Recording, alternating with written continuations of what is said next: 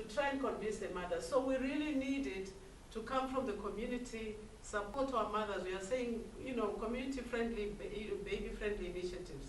We need to help our mothers. We need to talk about it.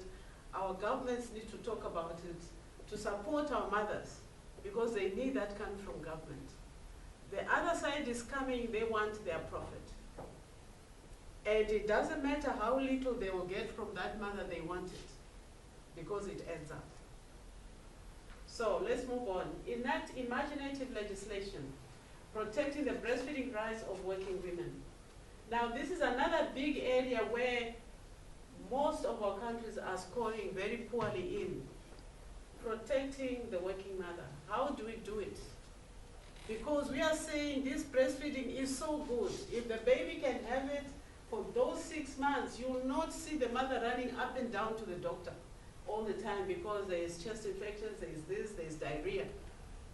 In fact, many people who've done it successfully, today they will give you testimony that I don't know, you know, visits to the doctor because my baby is so healthy, the skin is so good, I managed to do it. But this practice, how do we ensure that the working mother can also benefit?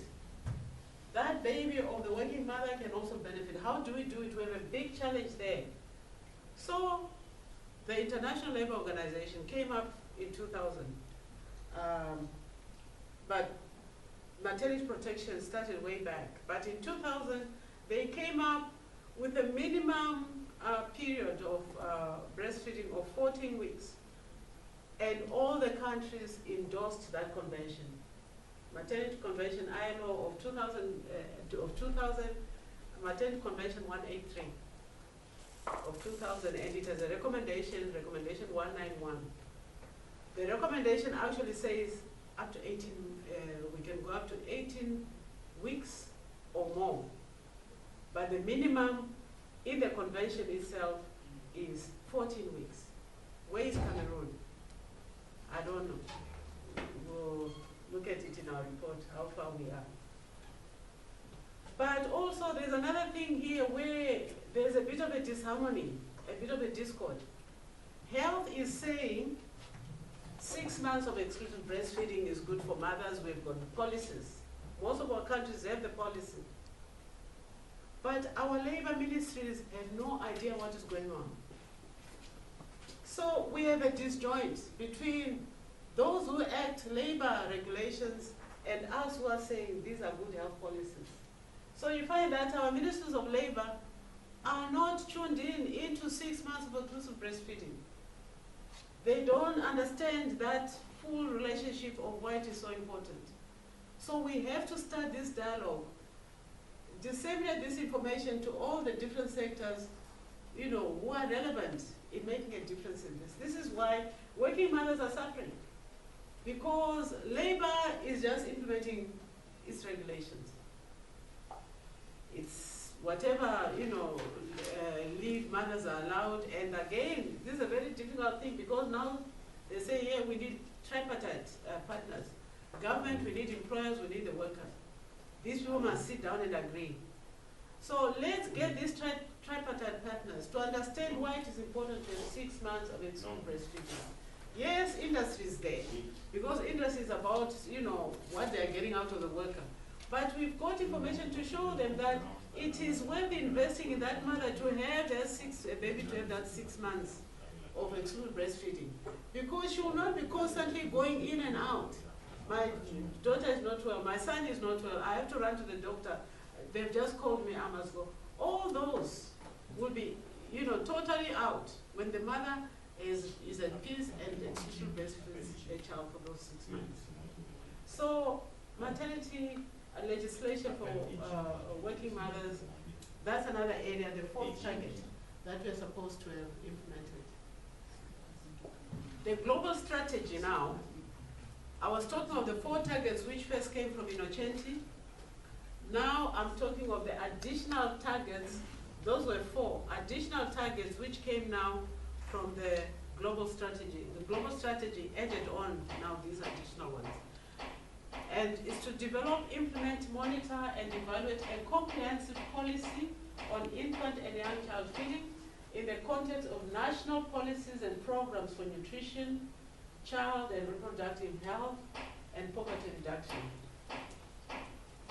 This is coming now. These additional targets, as I say, global strategy is 2003. Change was 1990. So it's like improving on our interventions and coming up now with what we call the global strategy. So these additional targets came in.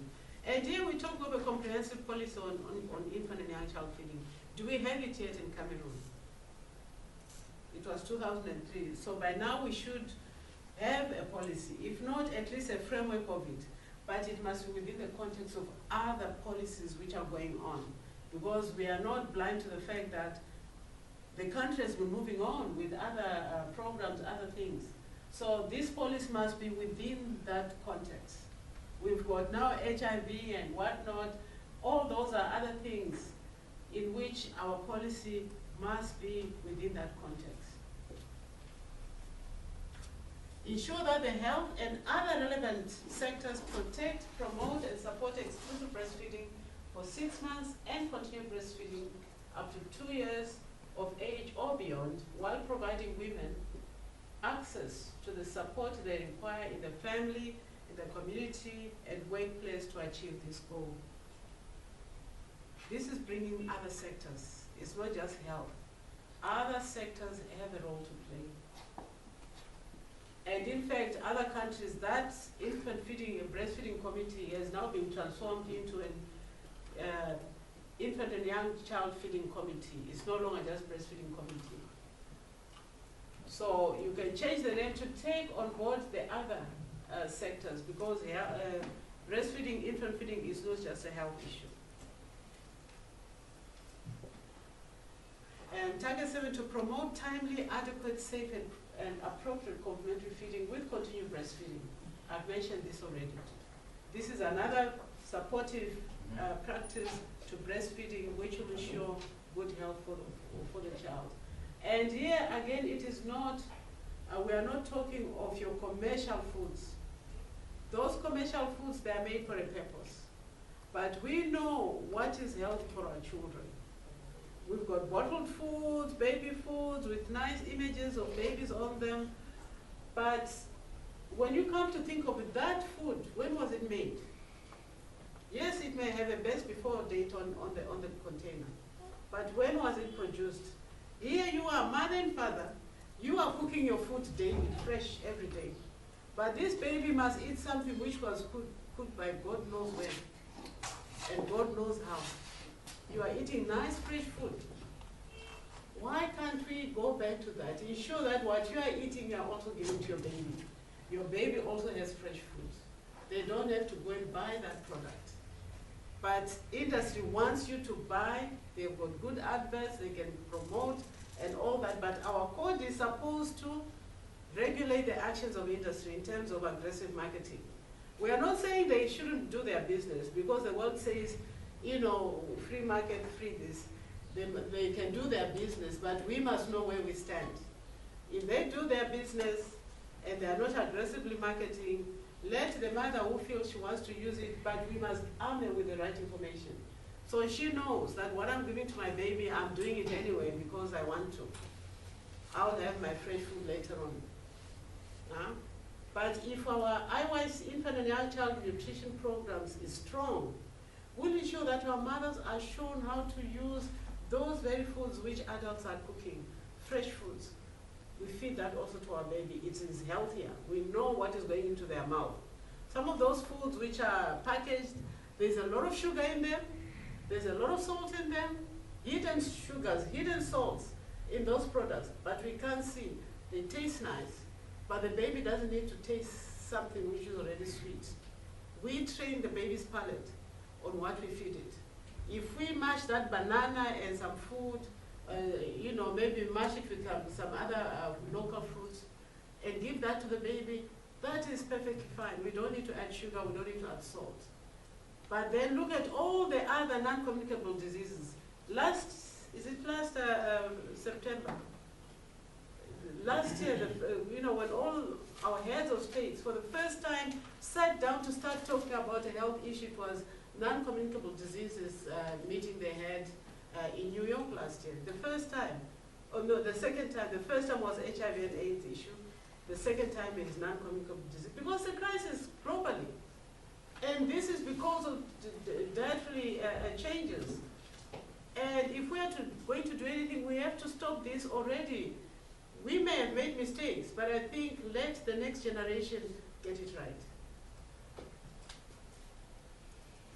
8, to provide guidance on feeding infants and young children in exceptionally difficult circumstances, and on the related support required by mothers, families, and caregivers. Here, exceptionally difficult circumstances, I think in a flood recently, or it's still on, that is exceptionally difficult circumstances. How do we cater for, this ideal situation we are talking about? So we need to have programs and plans in place how to deal with infant feeding during emergencies.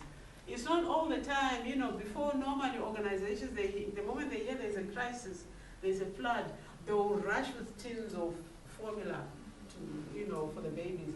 But they forget that that formula needs to be mixed with water. If there's a flood, where do you get clean sources of water to mix that formula?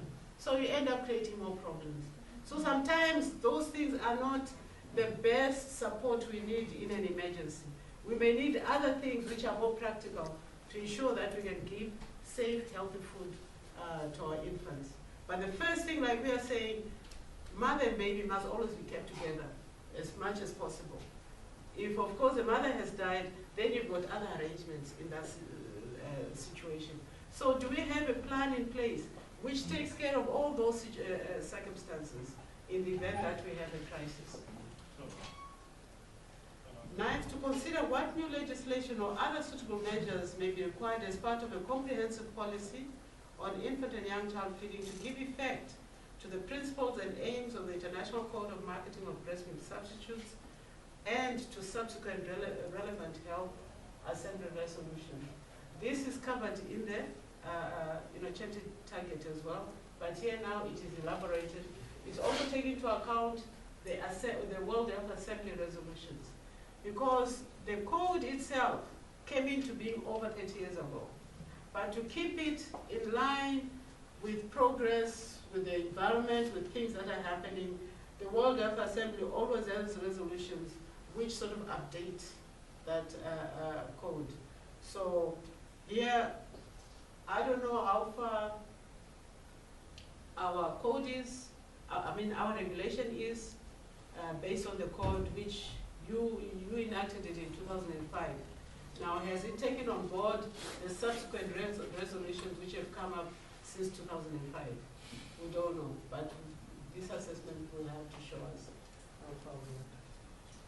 Thank you. So that is the global strategy. These are the things which we are supposed to be doing, have done, are doing, and the World Breastfeeding Trends Initiative now helps us to see how far we are in terms of implementing that strategy.